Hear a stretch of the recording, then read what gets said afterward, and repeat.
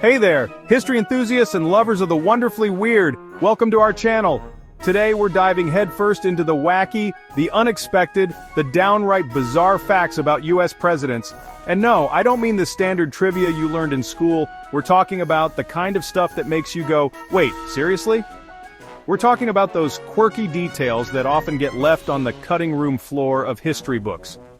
Because let's be real, the story of the United States is full of complex characters, dramatic turns of events, and enough fascinating footnotes to fill a library. And sometimes those footnotes are the most entertaining parts. So if you're ready to have your perception of these historical heavyweights challenged, if you're prepared to be amazed by the strange things that are absolutely true, then buckle up. We're about to embark on a whirlwind tour through the weird side of the White House, exploring the lives of the 11th through 20th presidents.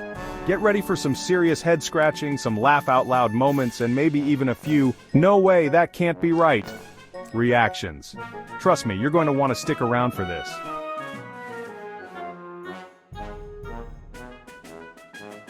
James K. Polk, the 11th President of the United States, known for expanding the nation to the Pacific, earning him the nickname Young Hickory. But Polk also holds a unique distinction in presidential history. He was the first to have his photograph taken while in office. Now you might be thinking, okay, cool, they had cameras back then? And yeah, they did, but it wasn't like whipping out your smartphone for a quick selfie. Photography was in its infancy during Polk's time. The daguerreotype, the first commercially successful photographic process, had only been around for about a decade. It involved exposing a silver-coated copper plate to light, resulting in a single, highly detailed image. No instant uploads, no filters, no second chances. So when Polk sat for his portrait in 1849, just a month before leaving office, it was a big deal. The process was slow and meticulous, requiring the subject to remain perfectly still for an extended period. Imagine trying to hold a smile for several minutes straight. The resulting photograph, a solemn-faced Polk in a dark suit and cravat, might not seem groundbreaking today, but it was a remarkable achievement at the time, capturing the likeness of a sitting president for the first time in history, and ushering in a new era of presidential portraiture.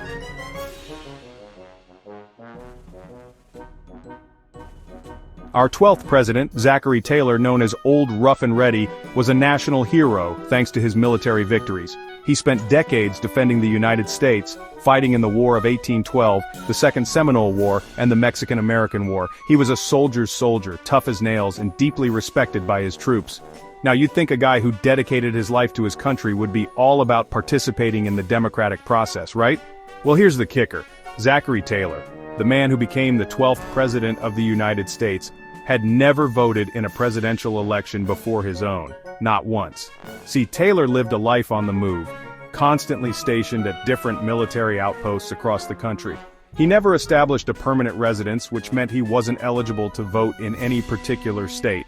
And back then, there wasn't exactly an absentee ballot system in place for soldiers stationed far from home. So, Taylor's entire adult life was dedicated to upholding the ideals of the nation, but he'd never actually cast a ballot for its leader. It's a strange paradox, isn't it? A man who embodied the spirit of American democracy, yet hadn't participated in one of its most fundamental acts.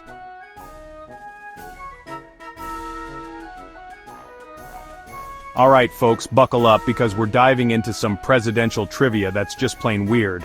And when I say diving, I mean it quite literally this time. We're talking about our 13th president, Millard Fillmore, a name that might not ring a bell for some of you, and honestly I don't blame you, but trust me, this guy made a splash, pun intended, in the history of presidential hygiene. See, back in the 1850s, things were a tad different. We didn't have TikTok, avocado toast, or the concept of personal space on public transport, but more importantly, the White House, the place where the leader of the free world resided, lacked a very basic amenity, a bathtub. Can you imagine? Now Fillmore, despite his name sounding like a discount store brand of pillows, was a man of discerning taste. He, like any sane person who doesn't want to marinate in their own filth, enjoyed a good soak. So when he moved into the White House, he decided to rectify this egregious oversight. Fillmore had a bathtub installed, and not just any bathtub, mind you, but a luxurious copper tub that probably cost a small fortune back then. This wasn't just about cleanliness, it was a status symbol, a declaration that even the president needs a break from the stink of politics, literally.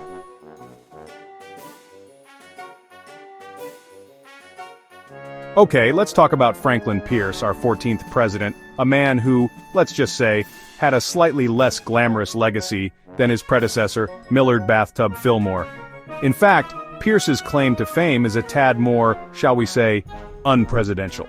You see, Pierce was a man of simple pleasures. He enjoyed a stiff drink, a good cigar, and, unfortunately for one elderly woman, galloping through the streets of Washington, D.C. on his trusty steed.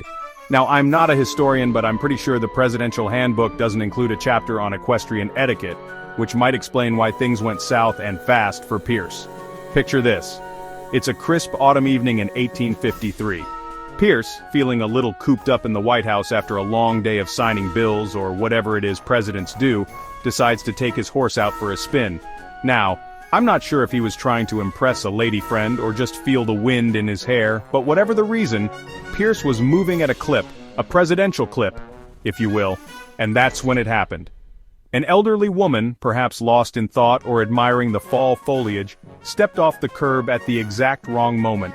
Pierce, unable to stop his horse in time, plowed right into her, sending the poor woman sprawling. I'm not sure what's more surprising, the fact that the president was involved in a hit and run, or that this was before the invention of the automobile.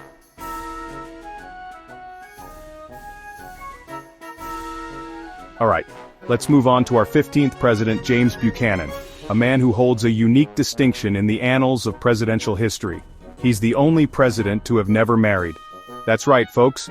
James Buchanan, the bachelor-in-chief, occupied the White House solo without a first lady by his side. Now, before we delve into the juicy gossip and speculation that inevitably surrounds a lifelong bachelor, especially one who held the highest office in the land, let's take a moment to appreciate the sheer awkwardness of Buchanan's situation. Imagine attending state dinners, hosting foreign dignitaries, or even just eating breakfast alone day after day with only the White House staff for company. That's a special kind of loneliness, my friends. Of course, the rumor mill churned relentlessly during Buchanan's time, whispers of secret romances, scandalous affairs, and even whispers about his close relationship with his longtime roommate, William Rufus King, who served as vice president under his predecessor, Franklin Pierce. But the truth, as far as historians can tell, is that Buchanan was simply a private man who valued his independence. He dedicated himself to his career, his country, and his pet dogs, which, let's be honest, is a pretty solid way to live your life, even if it doesn't involve a spouse.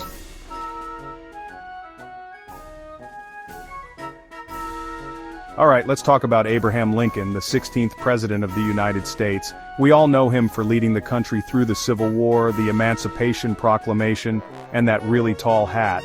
But did you know that Honest Abe was also a pretty tough wrestler? And no, I'm not talking about political maneuvering in the Senate, I'm talking about actual physical wrestling. Lincoln's wrestling career began in his youth in Indiana. Growing up on the frontier, physical strength and fighting skills were pretty important. And apparently young Abe was no slouch. Standing at a towering 6'4", he was known for his strength and surprisingly long reach. He participated in many wrestling matches, and according to historical records, only lost one out of approximately 300. Now you might be thinking, John, are you sure you're not confusing Lincoln with someone else? And trust me, I get it. It seems a little out of character for the president who delivered the Gettysburg Address to have also been a skilled grappler. But history is full of these weird juxtapositions.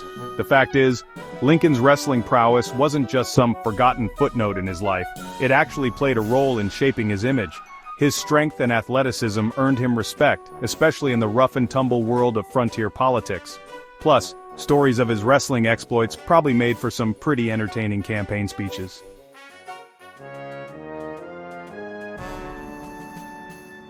From wrestling presidents to sartorially inclined ones, we come to Andrew Johnson, the 17th President of the United States. Johnson's presidency was certainly a tumultuous one, marked by the challenges of Reconstruction following the Civil War. But before he found himself embroiled in the complexities of national politics, Johnson had a much humbler profession. He was a tailor. That's right, the man who would later lead a nation honed his skills with needle and thread, stitching together a living one garment at a time. It's a stark contrast to the image we often conjure up when we think of presidents. We imagine grand speeches, weighty decisions, and maybe the occasional awkward photo op. But Johnson's story reminds us that the path to the White House can be paved with the most unexpected experiences. Johnson's tailoring career began in his youth. Born into poverty, he received little formal education and apprenticed as a tailor at a young age. This early experience instilled in him a strong work ethic and a deep appreciation for the dignity of labor. These values would later shape his political views and his approach to governing. Imagine Johnson, hunched over his workbench, carefully measuring fabric, his mind perhaps already grappling with the political issues of the day. It's a fascinating glimpse into the early life of a president, a reminder that even the most powerful figures in history have their own unique and often surprising origin stories.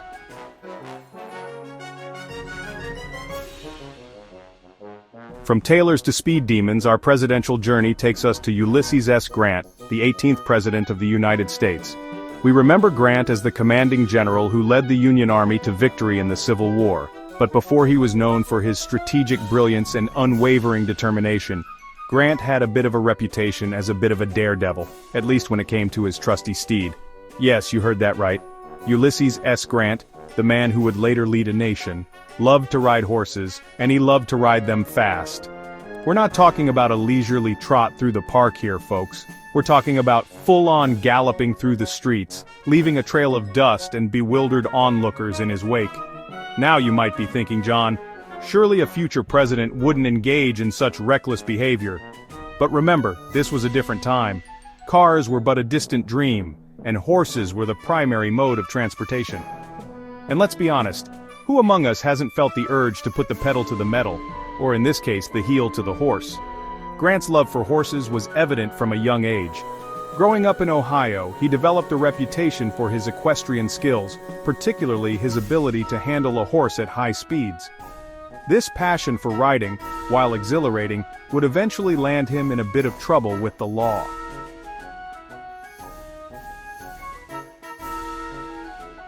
Alright, let's talk about Rutherford B. Hayes, the 19th President of the United States. Now, Hayes's presidency had its fair share of ups and downs, most notably the end of Reconstruction and the Compromise of 1877. But today we're diving into a quirkier aspect of his time in the White House, his stance on alcohol. You see, Hayes and his wife Lucy were devoutly religious and staunch supporters of the temperance movement, which aimed to limit or even completely abolish alcohol consumption. Now you might be thinking, okay, so they didn't drink. What's the big deal? Well, imagine being the White House staff during Hayes's tenure. Suddenly state dinners, traditionally lavish affairs with flowing wine and champagne, became decidedly drier affairs. Literally. No more clinking glasses of bubbly, no more toasting to international diplomacy with a fine vintage. Nope, under Hayes's watch, water was the beverage of choice. This policy, as you can imagine, wasn't exactly met with universal acclaim. Some folks praised the Hayeses for their moral fortitude, seeing it as a refreshing change from the perceived excesses of previous administrations. Others, however, found it a bit, shall we say, uptight. Imagine being a foreign dignitary, accustomed to the finer things in life, only to be met with a glass of water at the White House. Talk about a diplomatic faux pas.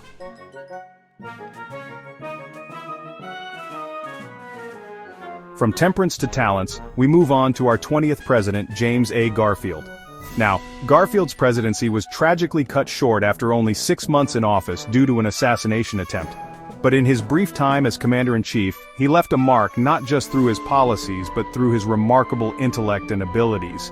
And one of the most fascinating aspects of Garfield was his linguistic prowess. You see, Garfield wasn't just fluent in multiple languages, he was ambidextrous, meaning he could write with both hands.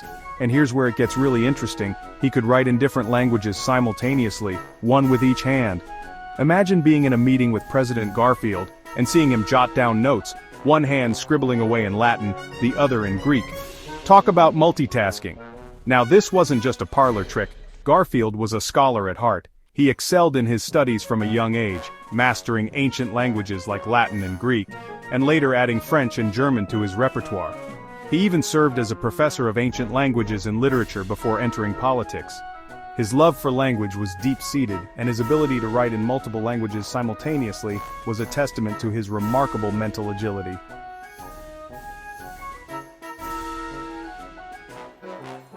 Well, there you have it, folks, another dose of weird but true facts about US presidents. From teetotaling presidents to ambidextrous linguists, we've explored the lighter side of history, those quirky details that make these figures so fascinating. Thanks for watching. If you enjoyed these weird but true facts, don't forget to like, comment, and subscribe for more fascinating content. See you next time.